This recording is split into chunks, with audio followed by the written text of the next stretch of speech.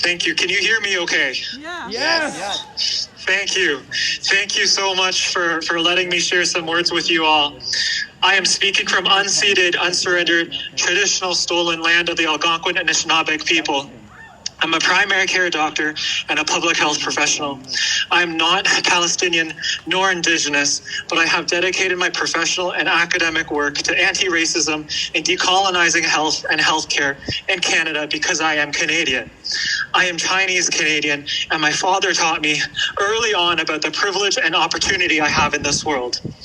Many of such rights and privileges that he did not have growing up in rural China on a garlic farm. I know where my roots are and where my family has its roots for generations at this garlic farm where one of my uncles still lives and farms garlic. To know that this experience of having one's traditional homelands and territory be forcibly removed by state violence and settler colonialism has occurred and continues to occur for Palestinians and Indigenous peoples around the world, including Canada, is horrifically wrong and unjust. I want to reflect on what it means for systems of oppression to make people and communities vulnerable. I think about something called the structural determinants of health. In brief, they are the root causes of disease, illness, and suffering. The broader societal, economic, ecological, and political context that shape the proximal determinants of health. When they are framed and addressed appropriately, they contribute to good health and well-being.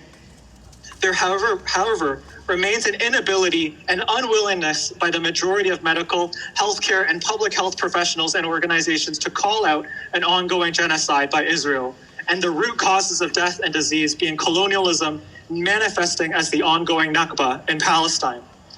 Why should this matter to Canadian medical, healthcare, and public health professionals? Because what is happening in Palestine is a systematic destruction of the very systems we are talking about improving in Canada, supported and funded by Canadian taxpayer dollars. It has been over 200 days of genocide, over 6 months of their silence. This is maddening, but not beyond comprehension. It is truly unconscionable. What I have to say to my medical and healthcare colleagues that are still silent: do not talk to me about health equity or social justice if you have not spoken up about the genocide in Gaza. Do not talk to me about anti-racism or decolonizing health and healthcare if you have not spoken up about the genocide in Gaza, because you don't actually mean it. As the days continue to pass and an ongoing genocide rages on with such impunity, their silence facilitates and enables complicity and normalization. This is dehumanizing for them as well. Of all people, I would think medical, healthcare, and public health professionals in Canada would be able to see the humanity in others as they experience dehumanizing rhetoric and practices that have facilitated the conditions for an ongoing genocide of the Palestinian people. I will share my testimony I provided to Forensic Architecture and their report entitled Humanitarian Violence: Israel's Abuse of Preventative Measures in its 2023-2024 genocidal military campaign in the occupied Gaza Strip. I worked as a medical volunteer providing primary care services to patients at 2 primary care centers in Rafah between February 12th and 19th, 2024. At Dar al-Fazila Medical Point at a school that has now been used to shelter many internally displaced people, and at Tal al-Sultan Primary Care Clinic. Many people who come to the Dar al-Fazila clinic live in makeshift tents surrounding the school, and many of these tents are made by materials insufficient to ward off the elements. As I came to realize, some of my patients had very damp clothing because of the rain that we saw some of the days in Gaza. During my stay, I saw numerous cases of malnourishment, acute infections, and injuries and burns from airstrikes. The reason for these conditions, presenting both in such high patient loads and severity, is the overlapping crises of food, clean water, and housing insecurity, none of which were available in the zones declared safe by the Israeli army that we visited. There are no safe places left in Gaza. This has been true for many weeks now.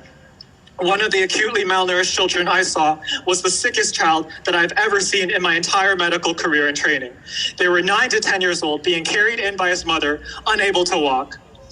We were instructed by the WHO to take upper arm circumference measurements to screen for severe malnutrition, but we did not even have this tape measurement in the clinic, and I did not need this tape for this child.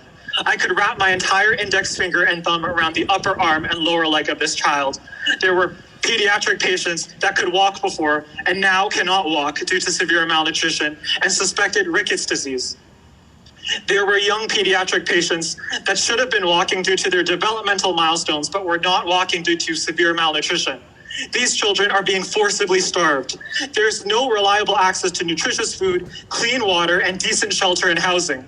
Without these conditions, I have no other conclusion than this being a genocide of the people in Gaza.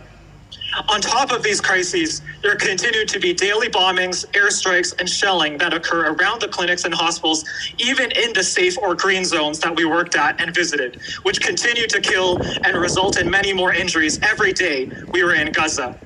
What I saw was unimaginable beyond belief and beyond words. Suffering and disease that is entirely preventable with proper nutrition and food, clean water, and decent shelter.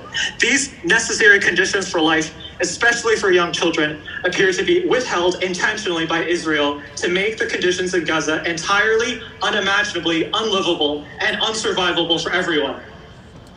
I will conclude by saying we must respect and fight for the Palestinian people's inherent right to self-determination, basic human rights, and liberation. Free the people of Palestine. I know and fundamentally believe that Palestine will be free in our lifetimes because of you and because of the young people and students.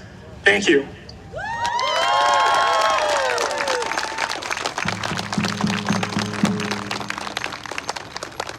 Free, free Palestine! Free, free Palestine! Free, free Palestine! Louder, louder, say it more! Louder, louder, say it more!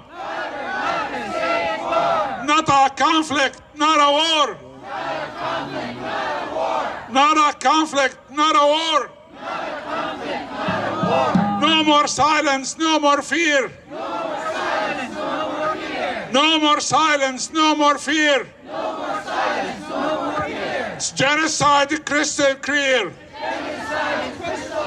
It's genocide crystal clear!